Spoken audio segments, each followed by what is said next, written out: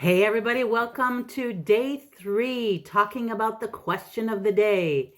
And today we have a high scaled score question. In other words, takes a bit of thinking to come up with the answer on this one. So let's talk about the true statement. The question asks, identify the true statement regarding adrenergic receptors and commonly used critical care infusions.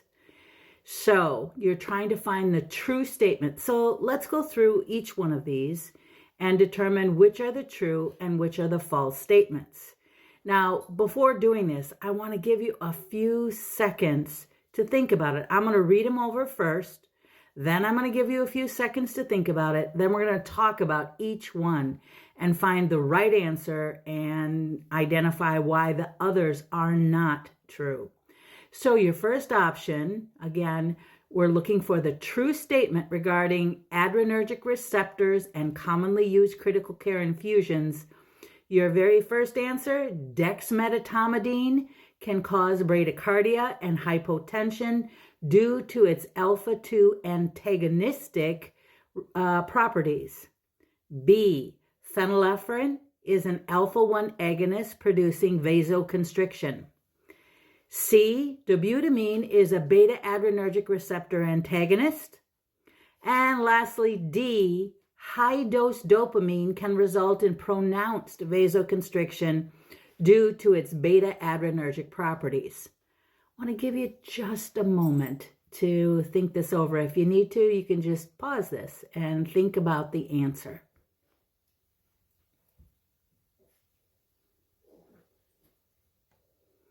All right, let's go over each one of them. A, dexmedetomidine can cause bradycardia and hypotension due to its alpha-2 antagonist properties. Well, is that a true statement? No, it is not. First of all, dexmedetomidine is an alpha-2 agonist. It's not an antagonist. Now remember, an agonist is something that stimulates something else to happen. It causes something else to happen. Whereas an antagonist blocks something from occurring. So dexmedetomidine is an alpha-2 agonist. And when it does that, when it enhances alpha-2 activity, what do we get out of that? We get bradycardia and hypotension. Anybody that has used dexmedetomidine knows that it can cause bradycardia and hypotension.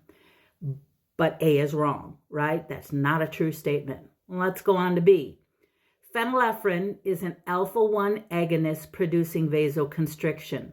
Yes and yes. It is definitely an alpha-1 agonist, and yes, it produces vasoconstriction. There is your true statement.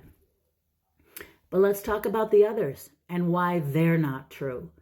Let's go to C. C, dobutamine is a beta-adrenergic receptor antagonist.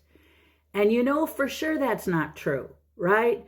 Because a beta-adrenergic receptor antagonist is like saying it's a beta blocker. And we all know dobutamine is not a beta blocker. In fact, it's a beta agonist. In other words, it stimulates beta receptors, particularly beta 1. That's why it's very useful in acute decompensated heart failure. So dobutamine, the reason why this is a false statement is because it's being described as an antagonist. And dobutamine or Dobutrex is actually an agonist. Lastly, we have high-dose dopamine can result in pronounced vasoconstriction. That piece of it is true.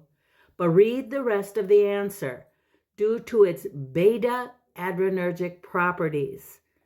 Guys, we know that high-dose dopamine produces profound vasoconstriction because of its alpha-adrenergic properties, not its beta-adrenergic properties. So once we're up above 10 plus mics per kilo per minute of dopamine, we know that the alpha receptors really are stimulated the higher you go, and we have pronounced vasoconstriction. So this is a great question today to be thinking about. It definitely is would be considered a high scaled score question. A whole lot of thinking goes into this. If you're enjoying my questions of the day, please head over to my website. Take a look at all the courses I have to offer. All of my courses are online. There's a whole bunch of them. So if you're new to critical care or you're thinking about sitting for the Ccrn, head over to my website, khoppypresents.com, and check out what I have to offer. Have a blessed day. Bye-bye.